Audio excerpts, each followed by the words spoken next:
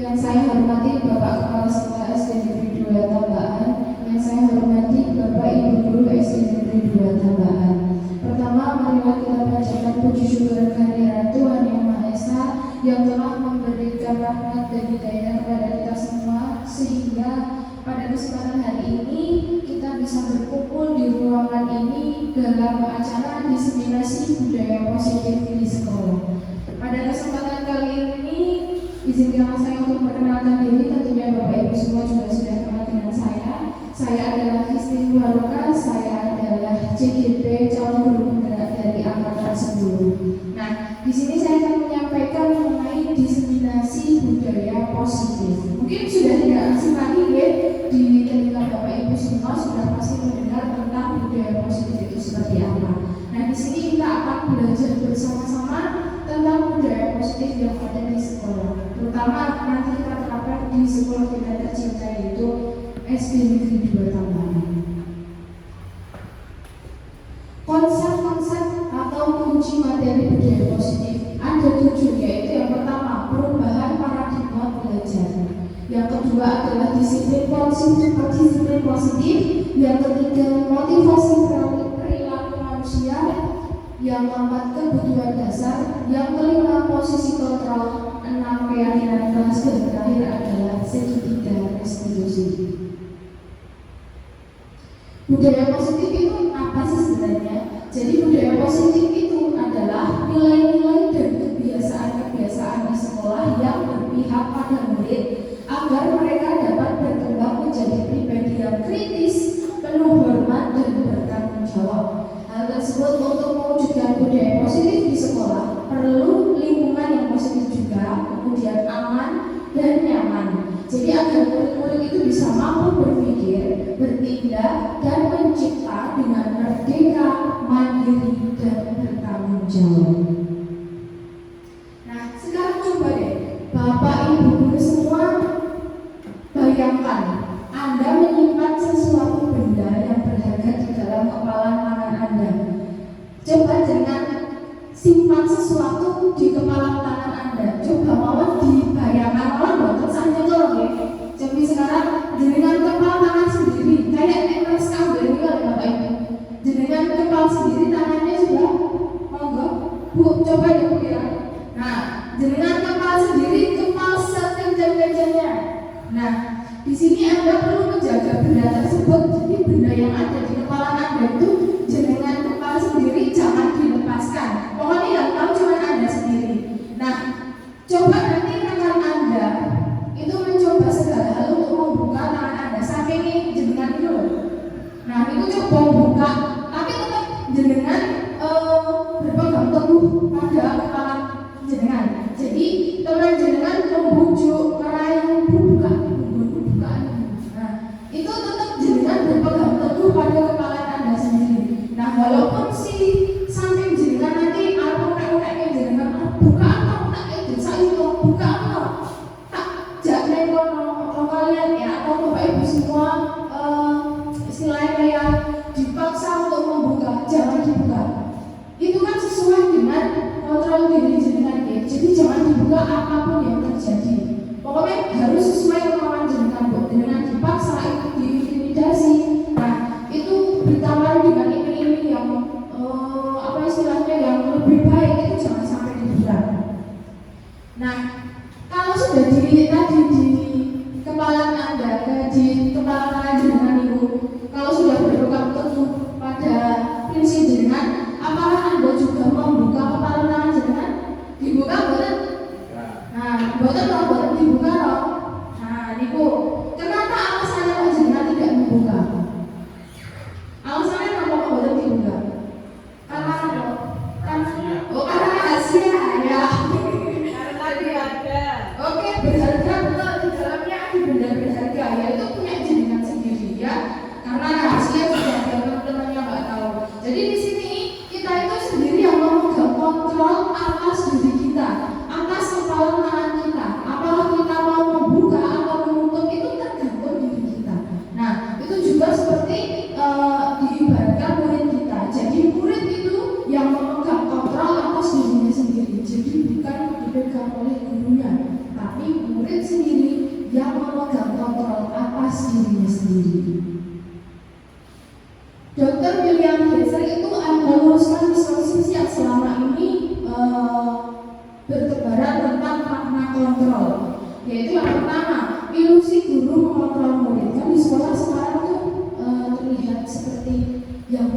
siswa itu gurunya.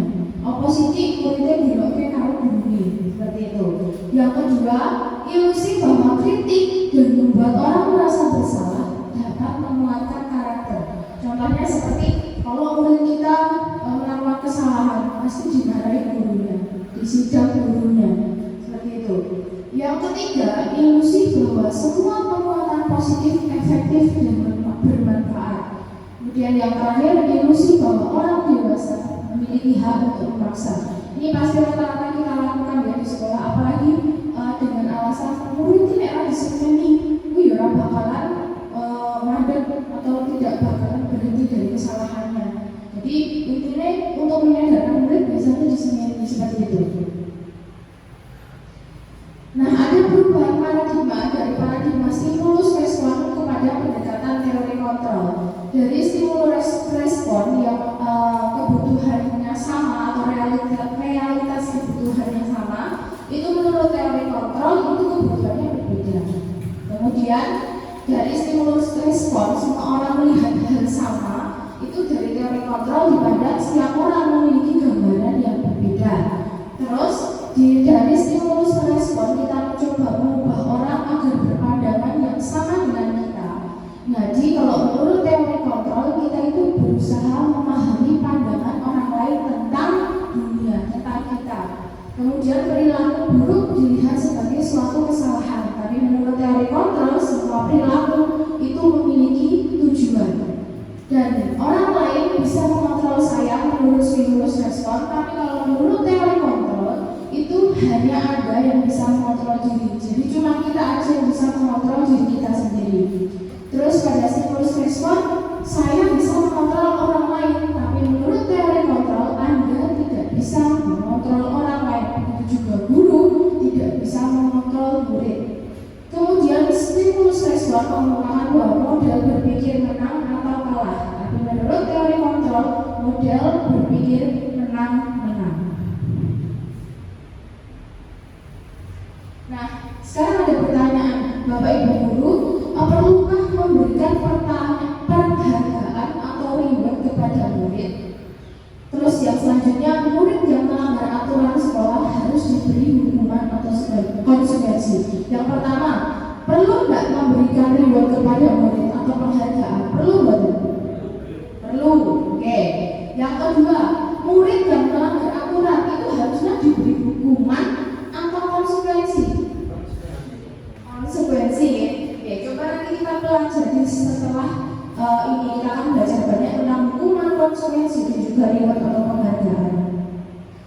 Nah, mulai dari penghargaan terlebih dahulu atau kita sering dengar dengan reward. Jadi penghargaan itu adalah penghargaan itu efektif untuk jangka pendek. Jadi untuk jangka pendeknya diberi penghargaan, oke, nggak apa-apa. Tapi tidak efektif dilakukan jangka panjang atau terus menerus. Kenapa kok tidak efektif? Yang pertama, jika diberikan secara terus menerus, anak-anak kalau diberi reward terus menerus itu akan membuat orang menjadi ketergantungan pada penghargaan sehingga kehilangan motivasi diri dalam dirinya, kehilangan motivasi dalam dirinya. Jadi kalau diberikan reward atau penghargaan terus menerus dia akan kehilangan motivasi dirinya. Gitu. Rata-rata kan kalau kita memberikan reward ke anak-anak kan ya pertamanya senang gitu ya dapat reward, tapi setelah itu nanti rewardnya nunggu ya, misalnya bintang lah, yang nanti yang dapat nilai 100 kasih bintang 2 berapa. Nah nanti si anak itu lama-lama kan kehilangan motivasi diri, jadi dia kayak sekedar aku mampu untuk biji 100 sebagai untuk bintang selesai begitu. Yang kedua, membuat orang senantiasa berharap mendapatkan penghargaan setelah melakukan sesuatu. Jadi seolah-olah perbuatan yang mereka lakukan itu kayak tidak ikhlas. Jadi mereka cuma mengharapkan imbalan atau reward saja. Apalagi murid ya, murid dijanjikan oleh gurunya sih kok kamu mendapatkan nilai begini atau kamu bersikap yang lebih baik nanti kamu akan dapat sesuatu atau hadiah dari Bapak Ibu guru. Nah, contohnya seperti itu. Terus yang ketiga, membuat kecewa atau kecil hati jika tidak mendapatkannya. kemungkinan akan membuat orang lain tidak berusaha keras lagi. Misalnya, kalau tidak ada siswa yang tadi nilai 100 kita kasih reward. Nah, bagaimana dengan nilai yang 50? Kalau nilai yang 50 tidak dapat, nah itu kan nanti kan si anak yang mendapatkan nilai 50 itu otomatis dia akan merasa berkecil hati. Wah, kayak aku oleh nilai 100, aku oleh nilai 50, mesti aku oleh hadiah dari guru. Oh ya sudahlah, nah dia kan jadi berkecil hati. Besoknya kalau misalnya dia lapor ke orang tuanya, wah aku nggak pernah dapat itu bintangnya karena aku nggak bisa, aku bodoh gitu, jadinya aku nggak dapat bintang. Kecil hati. Besoknya pas ulang berikutnya, wah aku raiso keren oleh bintang mereka, dia berkecil hati jadinya. Yang keempat, jika kita memberikan penghargaan untuk melakukan sesuatu, maka kita harus terus-menerus memberikan penghargaan itu. Jika kita ingin orang tersebut meneruskan perilaku yang kita inginkan. Nah, di sini yang tekan gurunya. Dan gurunya misalnya itu masih bintang terus dikira nggak apa-apa ya. Nah, misalnya kalau masih hadiah berupa barang atau misalnya alat tulis. Nah, setiap ulangan Bapak Ibu gurunya itu menyediakan alat tulis. Harus menyediakan hadiah. Lama-lama yang tekor nanti gurunya. Karena apa? Muridnya selalu mengharapkan. Nah, contohnya saya pernah juga mengalami ya. Jadi kalau di ulangan berikutnya, kalau misalnya ulangan sekarang saya kasih hadiah misalnya permen. Nah, besok kalau mau ulangan pasti ditanyain hadiahnya apa Bu? Nah, seperti itu. Jadi kan si kita juga harus menyediakan barang yang buat anak itu yang dapat apa? Yang dapat nilai bagus biar dia dapat nilai. Kan di sini juga yang rugi siapa? Gurunya juga.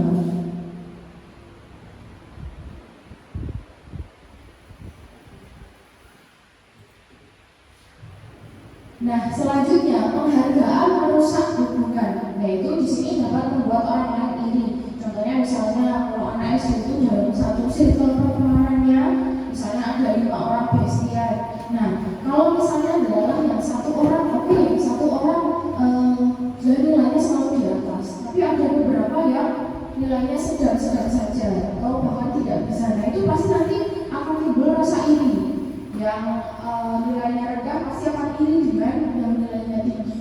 Terus kemudian biasanya yang dekat sama guru nanti diireni sama anak-anak yang tidak dekat dengan guru, biasanya seperti itu.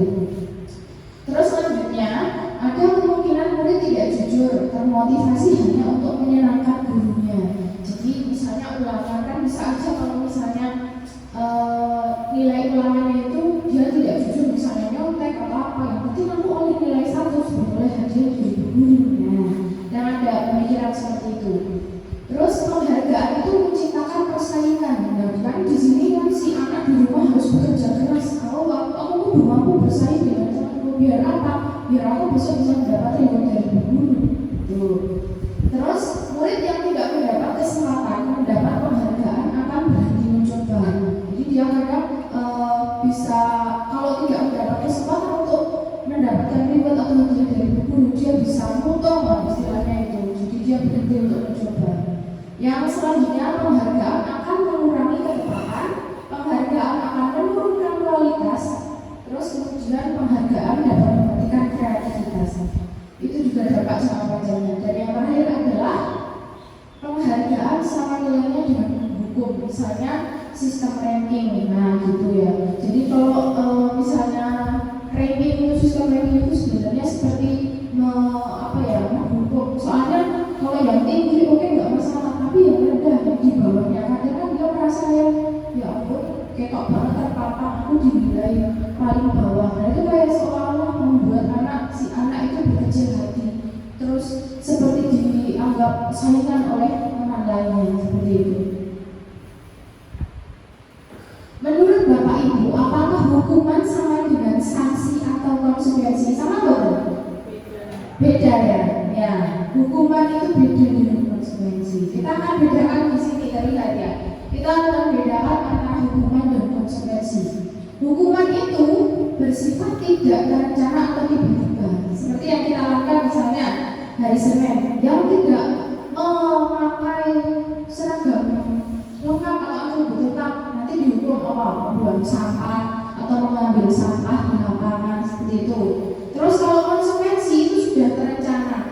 Jadi sudah disepakati sebelumnya, sudah dibahas oleh guru dan murid. Lain lagi kalau misalnya ada upacara kali ini kita carilah murid yang tidak menggunakan atribut lengkap.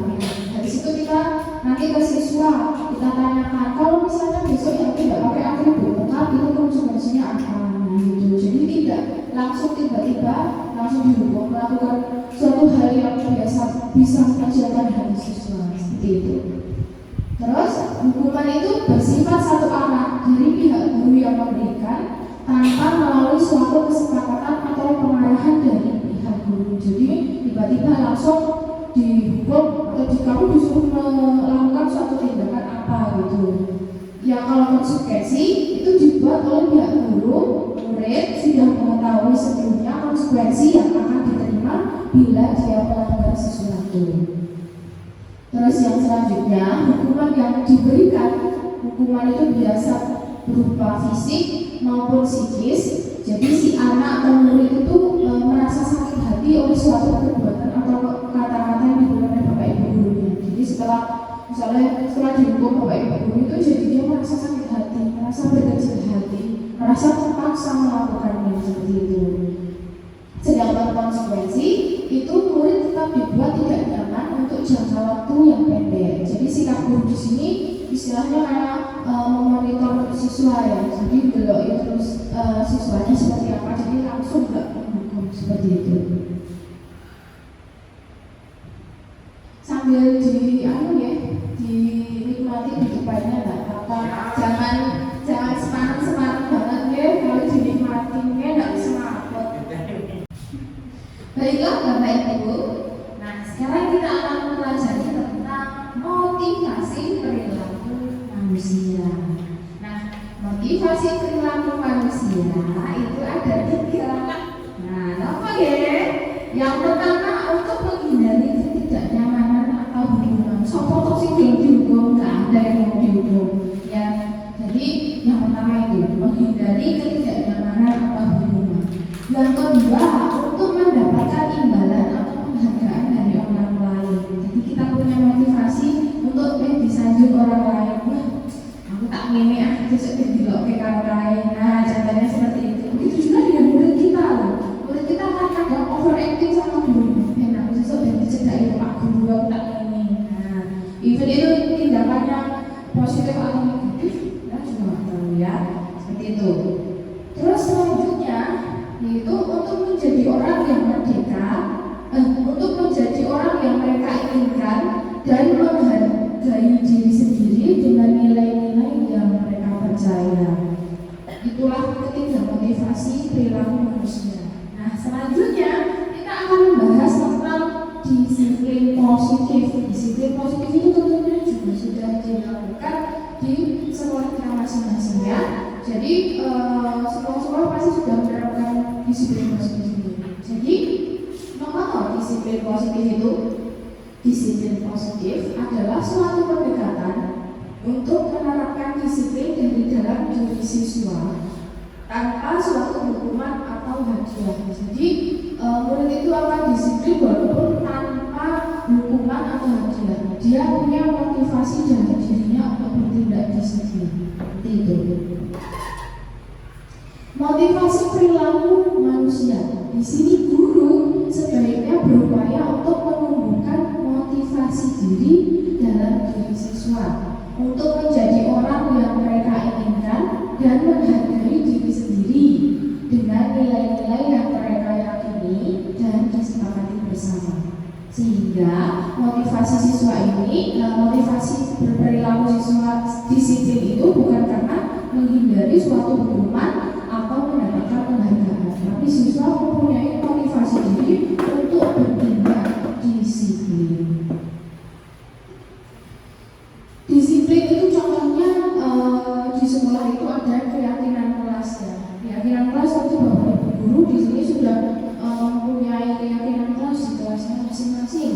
Apa itu keyakinan kelas? Nah, keyakinan kelas itu adalah nilai-nilai yang diyakini dan disepakati bersama. Nah, di sini keyakinan itu tidak harus di kelas juga ya, tapi juga mencakup warga sekolah atau kita sebut juga dengan keyakinan sekolah. Oke, Bapak Ibu guru tentu sudah punya semua di kelasnya. Nah, proyek nilai-nilai kebajikan yang nanti bisa diterapkan di keyakinan kelas itu ada beberapa. Yang pertama ada peduli, ada keterus-terangan, kebersihan, komitmen, belas kasih, percaya diri, bertujuan, tenggang rasa, gotong royong, rajin, keberanian, kesantunan, kreatif, semangat, kedermawanan, dan masih banyak lagi di sini. Nah, ini nanti bisa nilai-nilai kebajikan yang positif seperti ini bisa kita jadikan tuntunan nanti untuk membuat keyakinan kelas bersama dengan siswa-siswa kita di kelas masing-masing.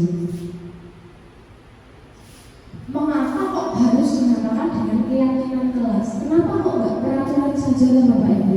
Ada yang bisa berpendapat, kenapa tidak? Ngomong Bu, jenenge nggak peraturan aja. Kenapa harus keyakinan kelas? Kenapa Bapak Ibu? Kenapa? Kenapa kok peraturan? Kenapa kok keyakinan nggak peraturan aja? Kenapa Bu Afi?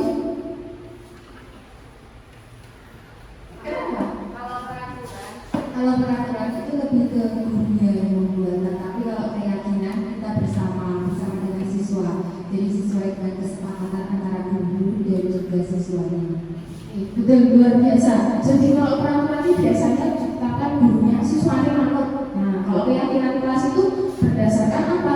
Kesepakatan dari guru dan siswanya. Jadi gurunya ya harus konsekuen, harus melaksanakan keyakinan itu, kesepakatan itu. Jadi tidak hanya muridnya saja, gurunya yang seperti itu. Jadi suatu keyakinan itu akan lebih memotivasi seseorang dari dalam dirinya, atau motivasi intrinsik.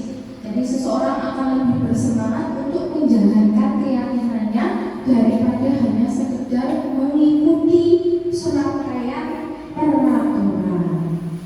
Nah, pembuatan keyakinan kelas itu harus memiliki pedomannya. Pedomannya normal.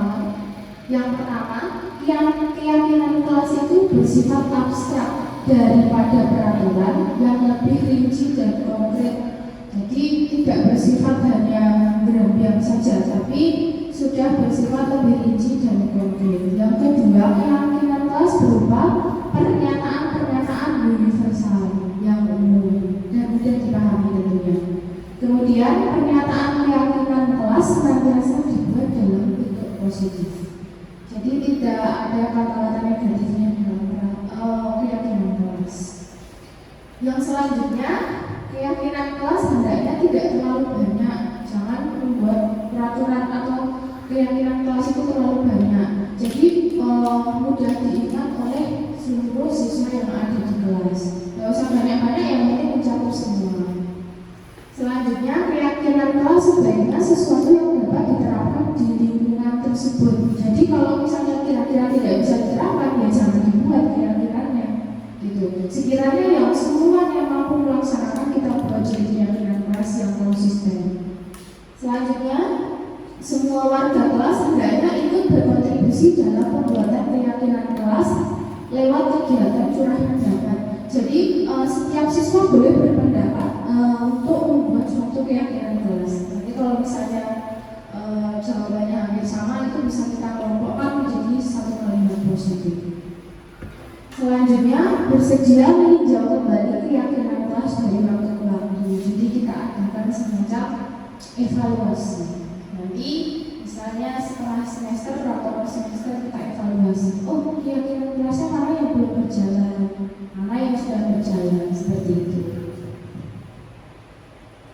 Nah, kita akan belajar membuat keyakinan kelas itu seperti apa toh. Nah, kalau peraturan kelas, kalau peraturan itu contohnya tidak boleh terlambat. Nah, itu peraturan. Tapi kita ubah menjadi kalimat positif, menjadi apa? Tidaknya pasti. Nah, kan tidak itu biasanya mencerminkan ke negatif ya. Kita ubah jadi kalimat positif, datang tepat waktu. Kan pada datang tepat waktu itu tidak datang terlambat. Nah, gitu. Terus kemudian keyakinan kelas atau kebajikannya jadi berkomitmen, disiplin, dan menghormati orang lain. Terus kemudian peraturan kelasnya tidak ribet di kelas. Nah, ini diubah menjadi kalimat positif, yaitu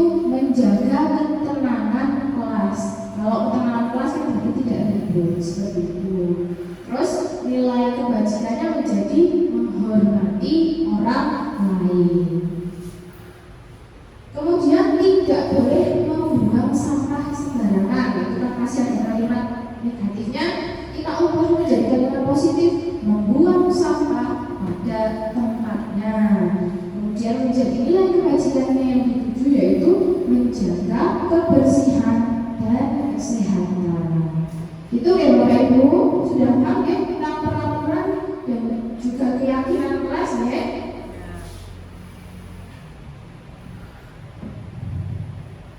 Nah, ini ada contoh lagi ya. Peraturan kelasnya tidak boleh datang terlambat mengumpulkan tugas. Nah, berarti kalimat positifnya adalah mengumpulkan tugas tepat waktu, jadi tidak terlambat. Nah, mengumpulkan tugas tepat waktu itu berarti nilai kebajikannya adalah disiplin. Kemudian tidak boleh berkata kasar. Tidak boleh berkata kasar ini kalau diubah menjadi kalimat positif jadi bicara dengan sopan. Terus nilai kebajikannya yaitu menghormati orang lain dan juga apa? Kesopanan. Nah, sekarang di sini saya punya tugas, kita sharing bersama ya Bapak Ibu tentang keyakinan kelas yang sudah disepakati oleh kelas Bapak Ibu masing-masing. Coba nanti Bapak Ibu saya minta tolong tuliskan 3 keyakinan kelas yang sudah disepakati masing-masing kelas panjenengan. Nanti bisa dituliskan, kita bisa sharing bersama. Siapa tahu nanti di kelas 1 ada yang belum diterapkan di kelas 2 atau di kelas 6, jadi bisa kita sharing besok keyakinan kelasnya apa seperti itu.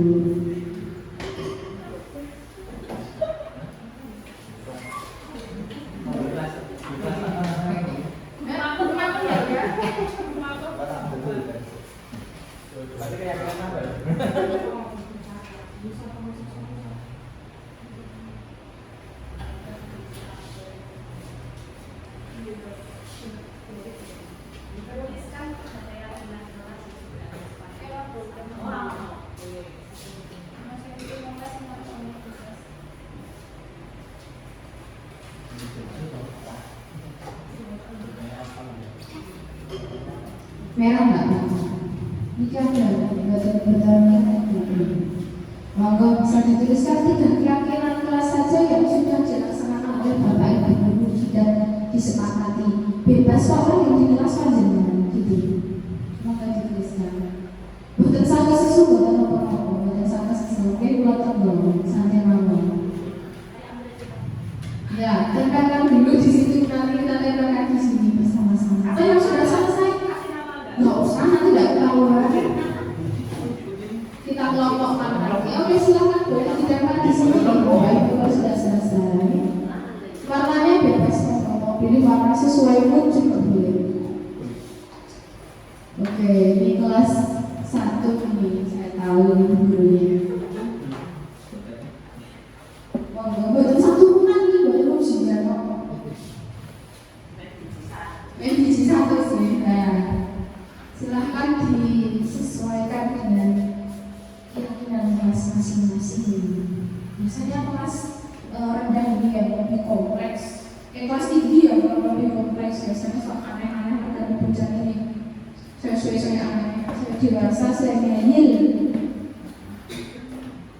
Enggak bisa dikatakan.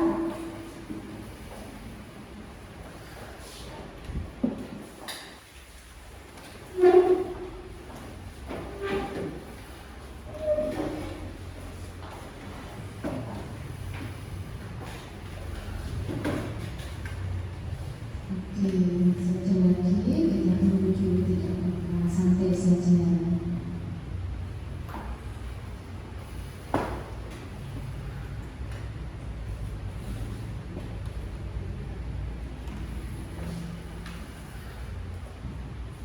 Keyakinan kelas yang sudah disepakati.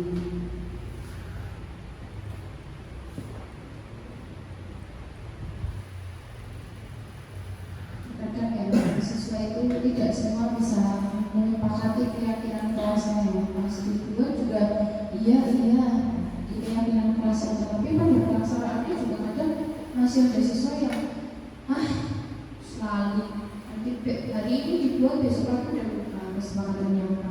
Dan namanya juga anak-anak, kita mendidik anak-anak juga susah dengan karakternya banyak, jadi ya kita jadi guru itu harus sabar dan baik. Pokoknya kita harus mendidik dengan sabar, kemudian nggak salah-salahan. Kadang kita salahnya malah guru, anakku dididik begini dan nggak apa-apa. Nggak ditempelkan kan? Bisa ditempelkan. Ini aku Kembali lah.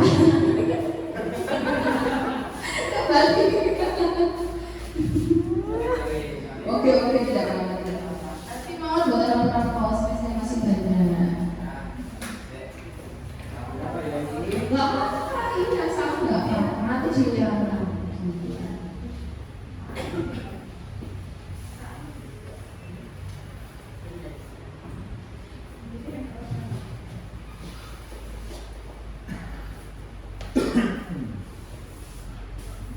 Oke, sambil kita bacakan ya satu persatu gitu tentang keyakinan kelas yang sudah diperoleh Bapak Ibu bersama siswa-siswi panjenengan. Oke, nanti bisa yang lain yang belum bisa menyusul.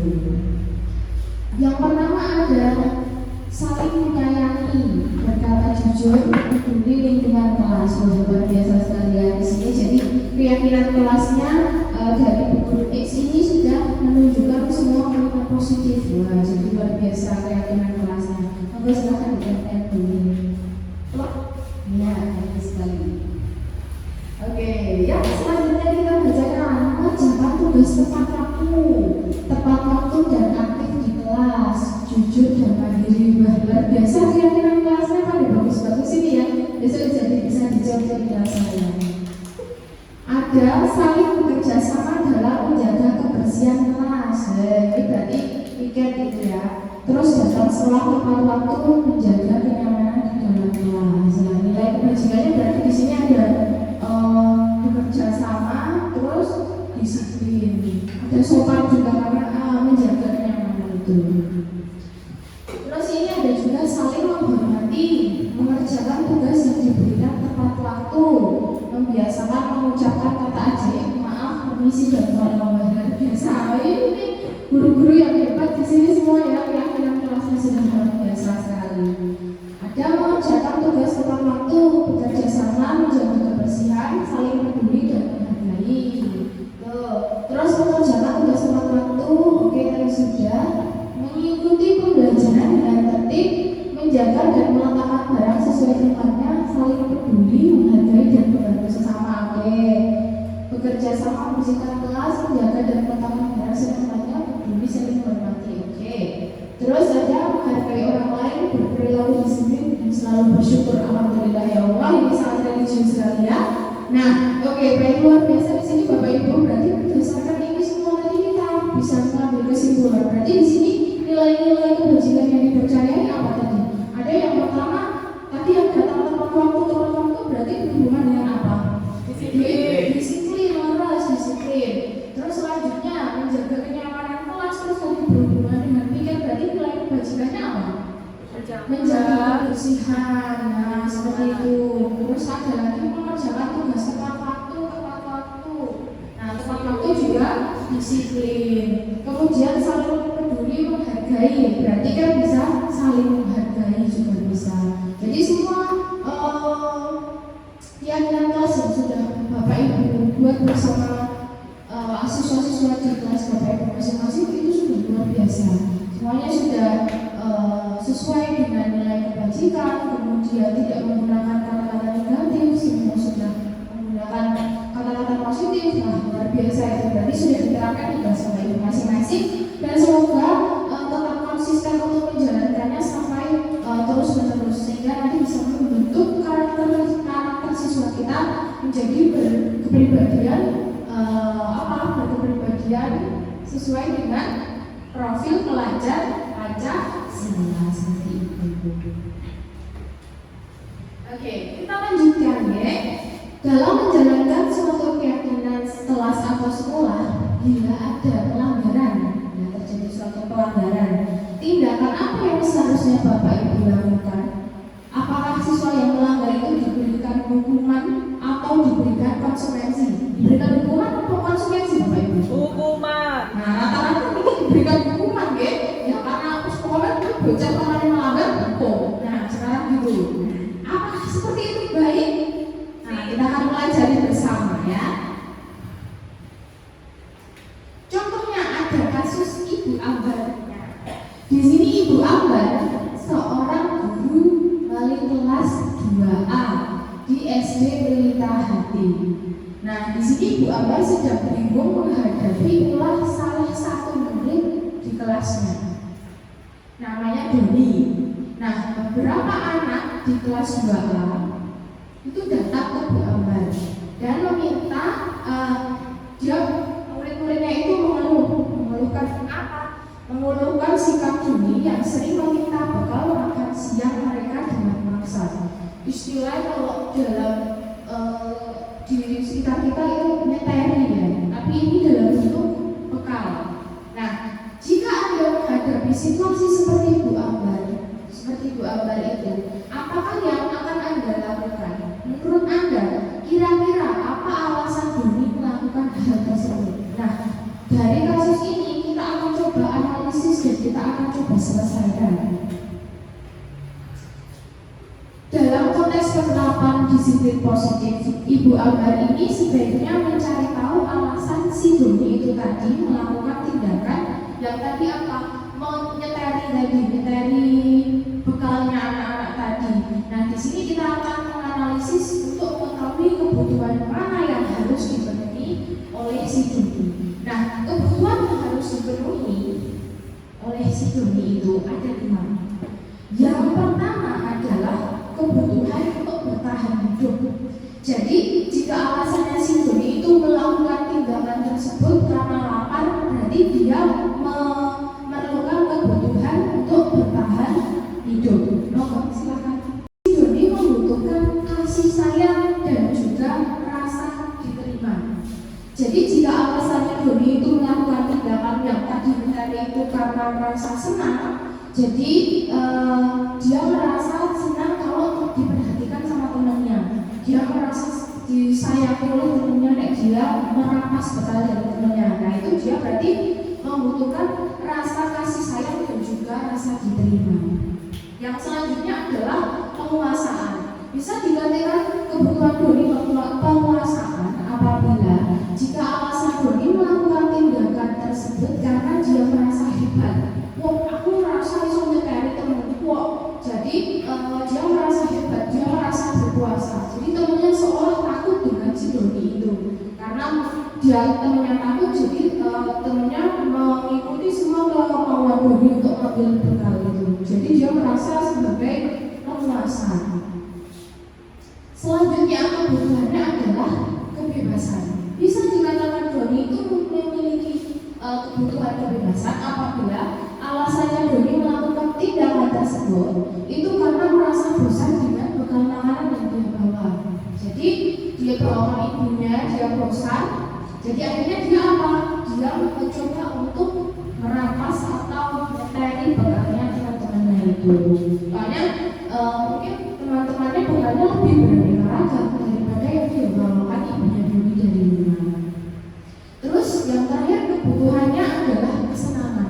Dikatakan si Doni ini memiliki kebutuhan kesenangan apabila Doni melakukan tindakan tersebut karena iseng. Wah, apa iseng jikuin kalian teman-teman. Nah, dia iseng memperlihatkan ekspresi temannya pas sekali diambil. Nah, itu berarti dia pemenuhan kebutuhannya adalah kesenangan. Karena hanya melihat ekspresi teman-temannya yang lucu pada saat diambil, itu dia merasa senang. Seperti itu. Itu dari kasus yang sudah dialami oleh Bu Ambar tadi, ya. Jadi ada 5 kebutuhan dasar manusia. Itu tadi alasannya bisa dianalisis dari itu 5 tersebut. Jadi apa sih sebenarnya kebutuhan dasar manusia itu? Jadi kebutuhan dasar manusia itu adalah perilaku siswa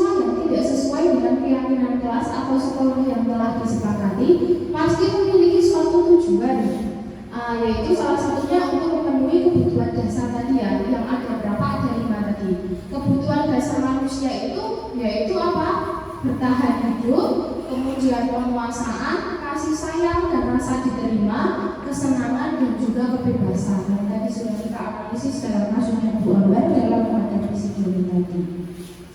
Sekarang dibandingkan dengan memberikan hukuman atau konsekuensi, adakah cara yang lebih baik selain memberikan hukuman? Nah, Bapak Ibu, adakah cara yang lebih baik? Nah, di sini kita harus memahami untuk menganalisis perilaku anak yang salah tadi, kita harus memahami beberapa hal yang memposisikan diri kita sebagai seorang guru ya. Jadi tidak harus langsung memberikan hukuman, tapi kita lihat dulu posisi kita sebagai guru sebagai apa. Jadi di sini nanti kita akan bisa menyikapi permasalahan itu, kita sikapi dengan cara apa, kita cari solusinya seperti itu. Jadi kita selesaikan dengan melihat dulu posisi kontrol diri kita sebagai guru. Yang pertama sebagai penghukum, yang kedua sebagai teman. Kita itu sebagai penghukum atau sebagai teman untuk siswa. Yang selanjutnya adalah membuat rasa bersalah. Apakah kita itu dilihat siswa sebagai seorang guru yang membuat siswa itu merasa bersalah? Apakah kita hanya sekedar sebagai pemantau atau kita hanya sebagai manajer? Nah, nanti kita akan pelajari bersama-sama. Dari kenapa sisi kontrol guru tadi, kita akan pelajari apa yang ada di dalamnya. Yang pertama sebagai penghukum. Guru sebagai penghukum itu seperti apa? Jadi kalau kita guru itu posisinya sebagai penghukum, nanti yang dihasilkan kemungkinan murid itu akan marah dan mendendam atau bersifat agresif. Jadi ketika guru bersikap posisinya sebagai penghukum, itu malah akan mendidik murid kita menjadi murid yang suka marah. Karena guru yang marah kan suka penghukum. Nah, di sini indikatornya sebagai bisa dikatakan sebagai penghukum itu bagaimana?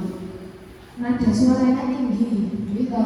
Pandangan semua kalau misalnya belok muridnya ngeyel gitu, terus pakai sebagai penghukum itu langsung bawa ke gebok, ternyata bawa ke gebok, bawa tanya, mana sekali ada anggota termasuk yang ngomong ini juga seperti itu ya.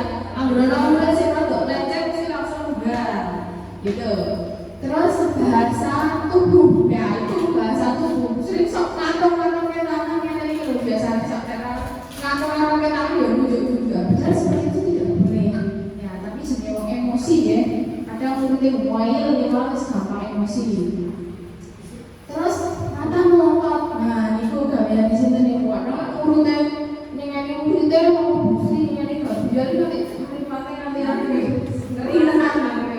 potong suara rasanya disumpah sama orang dosa ampun paksa begitu. Terus selanjutnya adalah hari menunjuk dan berhati-hati. Itu apa itu? Ngerti orang tidak dari kayak ini. Biasanya kan seperti itu harus upaya tobat nanti nunjuk beberapa jam sing dikadani memang telak. Nah biasanya emosi nih. Nah itu ya, itu kalau dikatakan guru sebagai penghukum. Terus selanjutnya dikatakan guru sebagai pembuat rasa bersalah. Kalau guru itu posisinya sebagai pembuat rasa bersalah, nah itu nanti yang dihasilkan adalah murid akan merasa bersalah. Terus dia akan kecewa karena sudah membuat kecewa gurunya, jadi muridnya merasa bersalah. Kemudian merasa menjadi orang yang gagal dan tidak sanggup membahagiakan orang lain, dan juga kemudian murid jadi tertekan. Biasanya kalau murid yang gak dapat nek sing dapat itu kok gurunya anak gawani pentok, gawani goto ditunjuk-tunjuk lewat privat itu biasanya tetap dapat.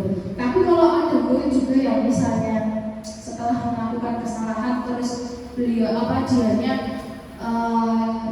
kita posisikan diri kita sebagai pembuat rasa bersalah, nah nanti dia akan merasa kayak wah aku harus nyesel ya gawe berburu marah. Biasanya sikapnya akan diam, tapi diamnya kan ekspresinya beda. Tidak seperti murid yang tadi dia akan merasa bersalah, merasa kecewa, wah aku gagal ini, aku disemai berburu. Nah seperti itu hasilnya. Nah indikatornya nggak bisa dikatakan guru itu sebagai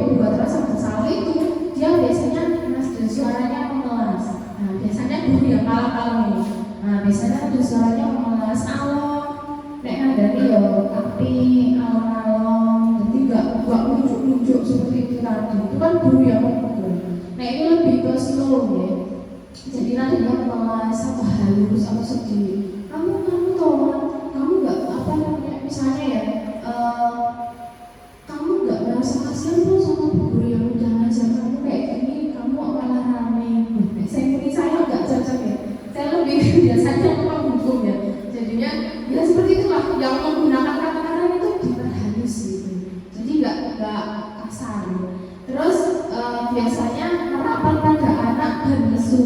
Jadi ngandaninya tuh berdua, terus setelah itu disanding, dikandani alus, alon, dilus-lus tangannya, dilus-lus rambutnya. Nah seperti itu dikandani si api-api kayak ibaratnya anak dewi seperti itu.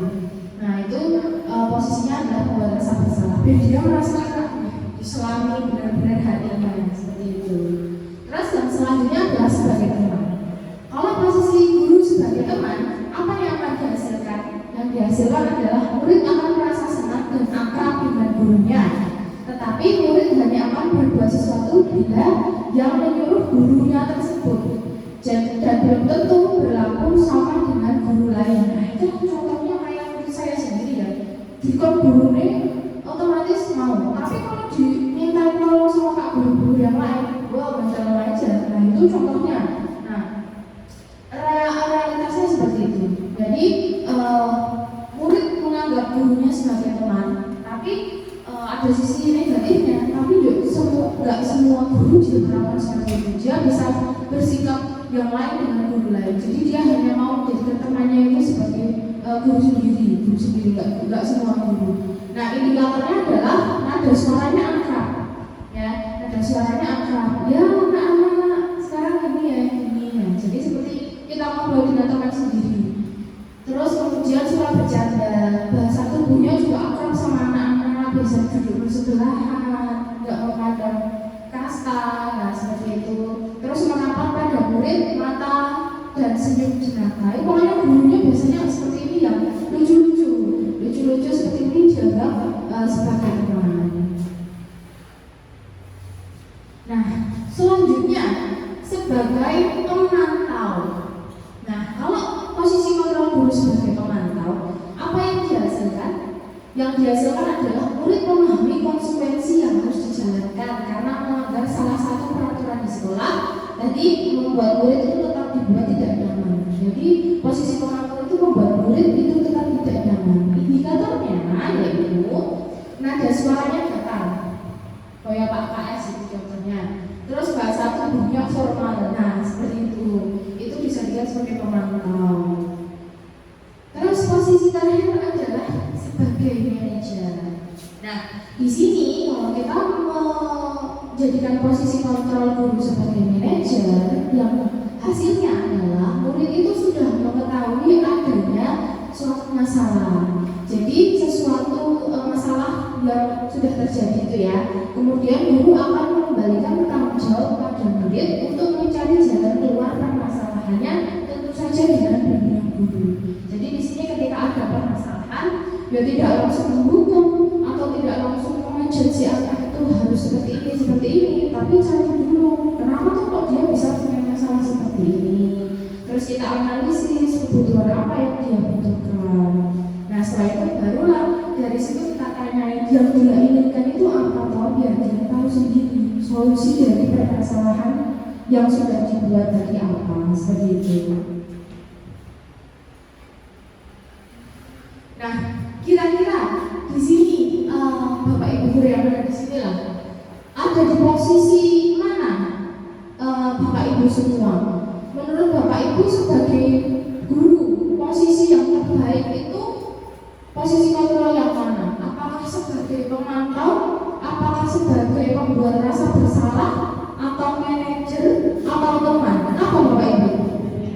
Sebagai manajer. Kenapa kok sebagai manajer? Kenapa nggak menghukum aja? Kenapa sebagai manajer? Jadi di antara 5 posisi kontrol yang tadi sudah kita pelajari, sebaiknya guru itu memang harus menerangkan posisi dirinya sebagai manajer. Di sini dikatakan kenapa kok manajer, dan kan bisa mendukung siswa dalam menemukan suatu solusi atas permasalahan yang dihadapi. Jadi posisi manajer itu mengacu pada segitiga restitusi yang dapat menjadikan siswa menjadi seorang manajer bagi dirinya sendiri yang bisa mengontrol dirinya sendiri atas permasalahan yang sudah dibuat. Nah, pada posisi ini guru itu bukan sebagai pengatur ya. Jadi guru itu bukan pengatur siswa, tapi membimbing untuk memperbaiki permasalahannya. Jadi kita cari solusinya bersama-sama gitu. Jadi bukan langsung ada masalah dihukum, tanyain dulu. Nah, berhubungan dengan segitiga restitusi itu namanya seperti Jadi guru dalam membimbing siswa untuk menyelesaikan masalah itu sebenarnya harus melakukan dengan langkah-langkah segitiga restitusi untuk menyelesaikannya. Jadi jangan langsung diputuskan kamu harus apa, tapi kita lihat dulu selesaikan dengan ini. Jadi segitiga restitusi itu adalah proses menciptakan kondisi bagi siswa untuk memperbaiki kesalahan mereka sehingga biar dia nanti bisa diterima kembali di kelompoknya atau di lingkungan kelasnya. Nah, langkah segitiga restitusi itu ada 3. Yang pertama adalah menstabilkan identitas. Yang kedua, validasi tindakan yang salah. Dan yang ketiga adalah menanyakan keyakinannya seperti apa.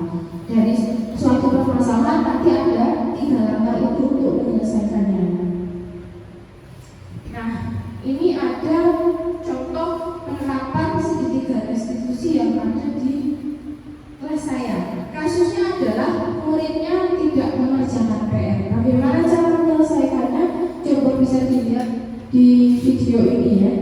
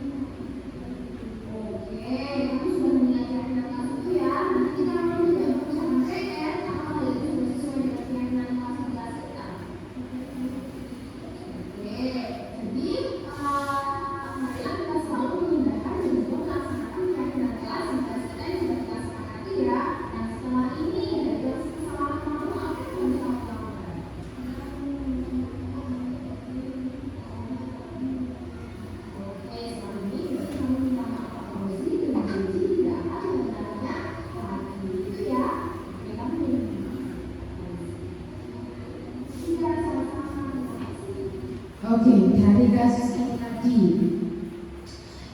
ini tadi kan si murid si Arinda itu, jadi Bu Guru mendapat laporan dari Pak Guru Kama kalau misalnya si Arinda ini tidak mengerjakan PR. Nah, kenapa kok tidak mengerjakan PR?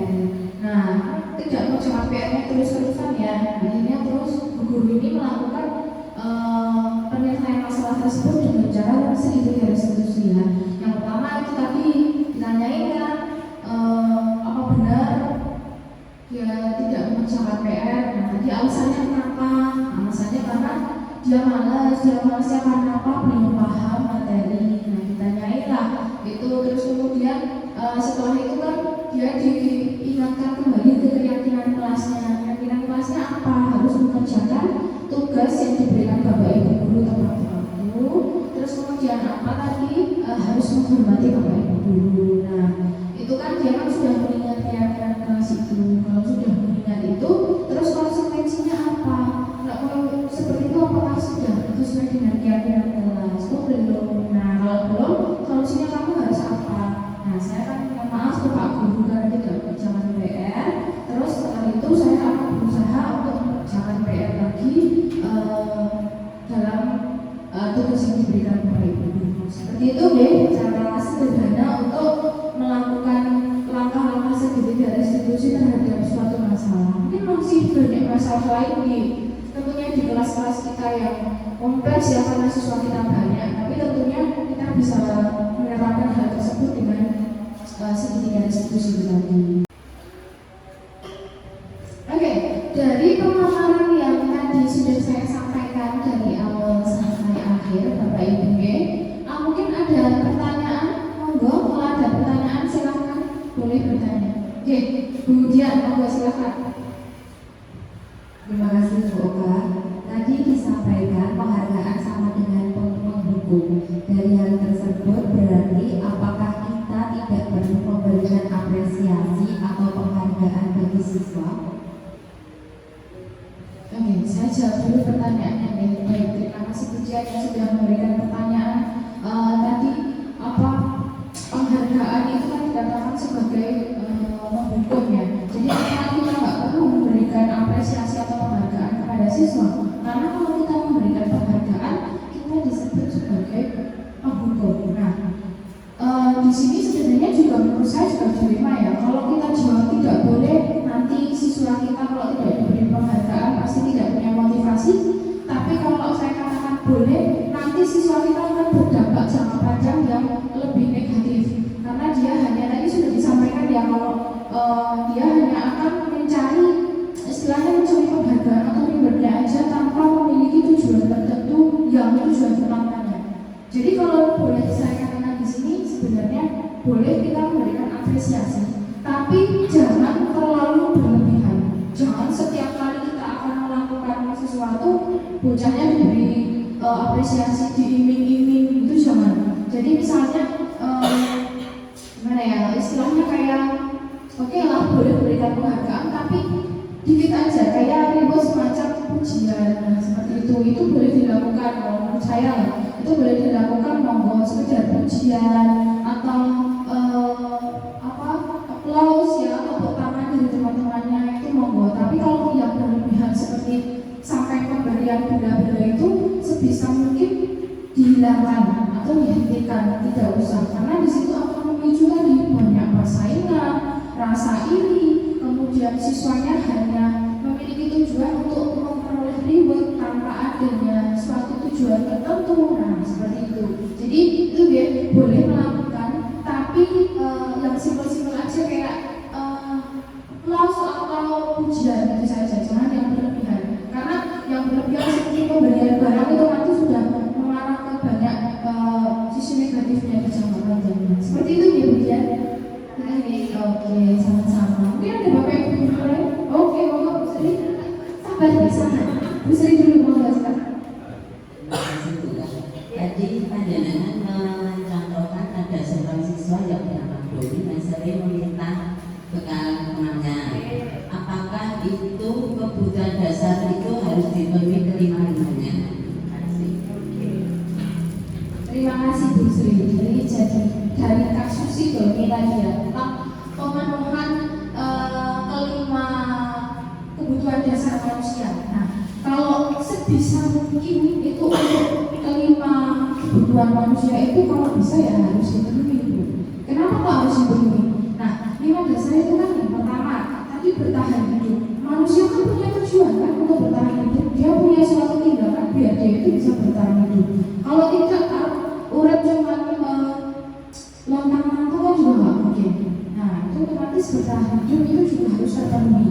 Yang kedua yaitu kasih sayang. Kalau orang sudah memiliki tindakan, sudah mampu bertahan hidup, otomatis dia membutuhkan rasa kasih sayang oleh orang lain dan juga rasa diterima. Nah, ini kan juga berhubungan dengan orang lain. Manusia itu kan makhluk sosial ya, tidak bisa hidup tanpa orang lain. Jadi setelah kita tadi punya kemampuan untuk bertahan hidup, kita pasti punya istilahnya punya rasa untuk dikasihi, disayangi, diterima oleh suatu kelompok. Nggak bisa kan kita hidup sendiri. Terus selanjutnya juga tadi penguasaan. Jadi alasan kenapa kita itu bisa menuruti seseorang atau diperintah seseorang, kita juga butuh itu.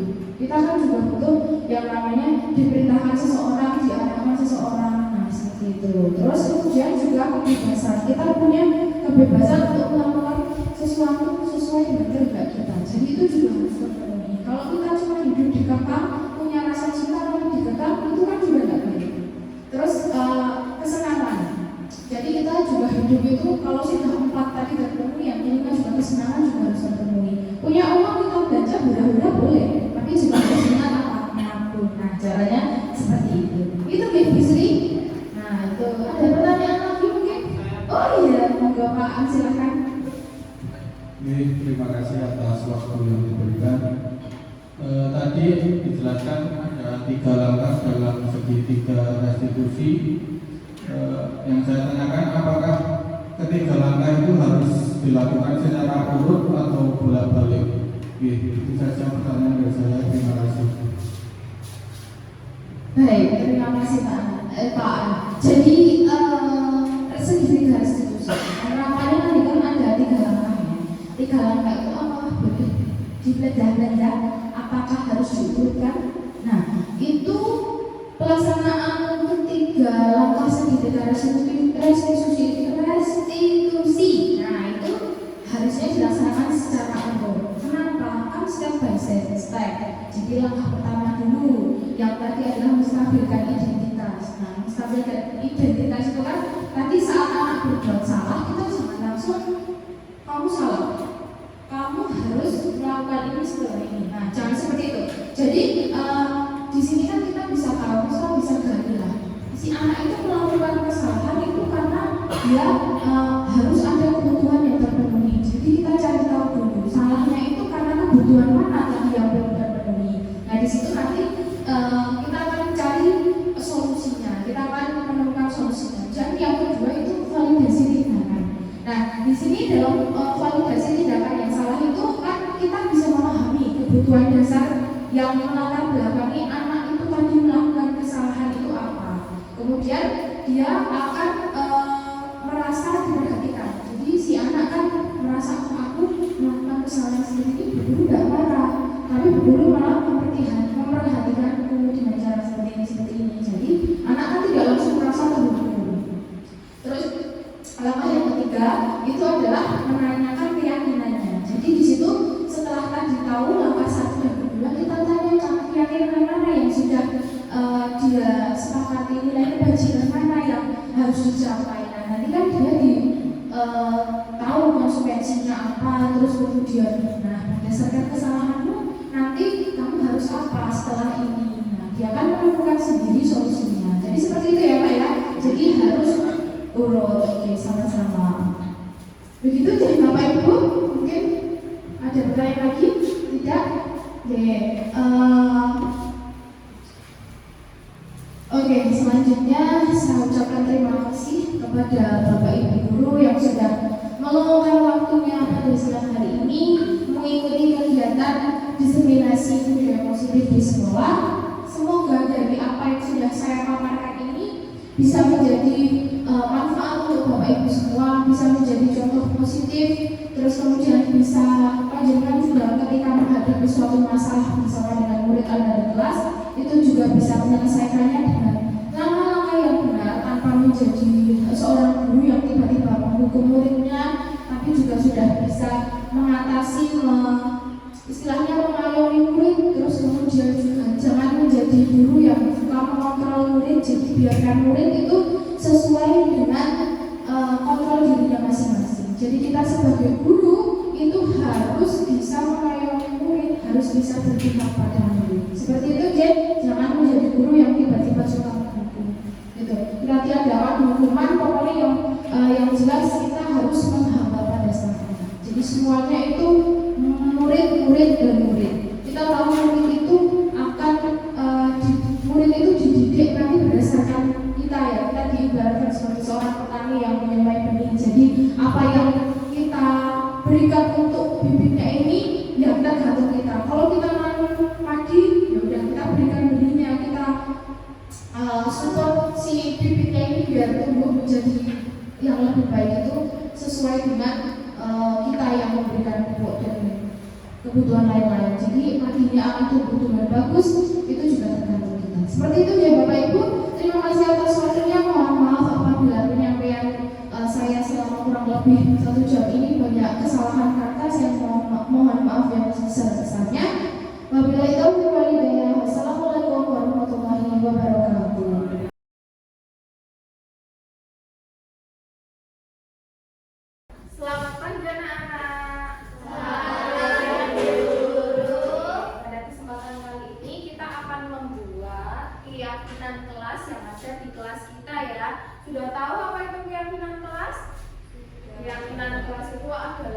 sebuah kata-kata ya, pasti akan membimbing kalian, tindakan kalian itu yang akan mengatur, yang akan kita yakini bersama untuk menjaga ketertiban, kedisiplinan di kelas kita. Sekarang coba deh kalian ada yang mau usul keyakinan kelas. Oke, apa Vivi? Berbicara dengan sopan. Berbicara dengan sopan. Kira-kira sepakat nggak teman-teman? Yang lain? Sepakat, setuju? Setuju. Oke. Berbicara dengan sopan. Boleh dituliskan ya, nanti kita tempel di sini di lembar keyakinan kelas kita. Kalau sudah nanti kita taruh di tempat yang bisa kalian lihat semua. Jadi nanti itu kita bisa saling mengingatkan. Oh, kalau misalnya terjadi kesalahan, ini keyakinan kelas kita seperti itu. Terus yang selanjutnya ada lagi, tolong jari. Membuang sampah pada tempatnya. Apa? Membuang sampah pada tempatnya. Oke, membuang sampah pada tempatnya. Setuju nggak? Setuju. Berarti kalau membuang sampah pada tempatnya itu berhubungan dengan kebersihan. Oke, boleh ditulis. Bentar. Di sini ya, di sebelah ini. Selanjutnya ada yang mau usul lagi? Mau jari? Oke, nyata dulu apa? Datang tepat waktu. Yang lainnya setuju tidak? Setuju. Oke, datang tepat waktu ya. Ini biasanya nanti kita tempel. Ada lagi yang mau usul? Oke, Naswa yang keras apa? Menjaga ketenangan kelas. Menjaga ketenangan kelas. Berarti kalau ada teman-teman yang ramai, kita harus selalu menjaga ketenangan kelas. Dieling ke temennya, dikasih tahu, diingatkan, ini loh keyakinan kelas kita. Setuju nggak? Setuju. Oke, tempel dulu. Ini ya tulisnya. Oke, masih perlukah lagi keyakinan kelas kita? Usul Bu. Oke, apa Mas? Mengumpulkan tugas tepat waktu. Mengumpulkan tugas tepat waktu. Berarti kalau ada PR dari Bapak Ibu guru harus dikumpulkan atau dikerjakan tepat waktu. Sepakat nggak? Sepakat. Oke, tempel ya Mas. Ini ditulis dulu sini, terus nanti kita tempel. Ya sudah, siapa yang sudah selesai menulisnya tadi? Oke, mulai dari sini ditempel di sini.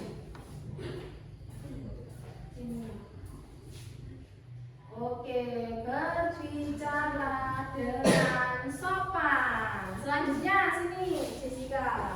Dari sini. Oke, membuang sampah pada tempatnya.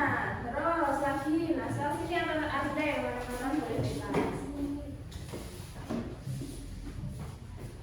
Sini boleh, dimana aja boleh terserah. Oke, menjaga ketenangan kelas. Selanjutnya yuk, boleh Tirta atau Mas Juga.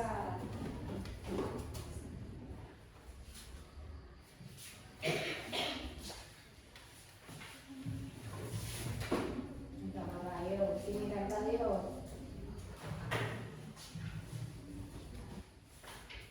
Oke, boleh di situ mengumpulkan tugas tepat waktu. Terakhir yuk, kita tempelkan dulu di semuanya. Oke, ingat ya, jadi ini kesepakatan yang sudah kita buat mengenai keyakinan kelas kita. Jadi kalian harus selalu mengingat ini. Kalau ada teman yang tidak ingat atau lupa, tolong diingatkan. Jadi keyakinan kelas kita adalah apa? 1, 2, 3 dibaca bersama. Berbicara dengan sopan. Oke, terus Membuang sampah pada tempatnya. lagi. Menjaga ketenangan kelas. Selanjutnya, Mengumpulkan tugas tepat waktu. terus Datang tepat waktu. sepakat ya, kelima ini harus kita terapkan terus menerus sampai nanti kalian lulus. Gitu ya. Oke, terima kasih. Bagaimana perasaan kalian setelah membuat keyakinan kelas ini? Kami sangat senang, Bu. Apakah kalian setuju dengan keyakinan kelas yang sudah dibuat? Setuju. Kami berjanji akan menempati keyakinan kelas ini. Terima kasih.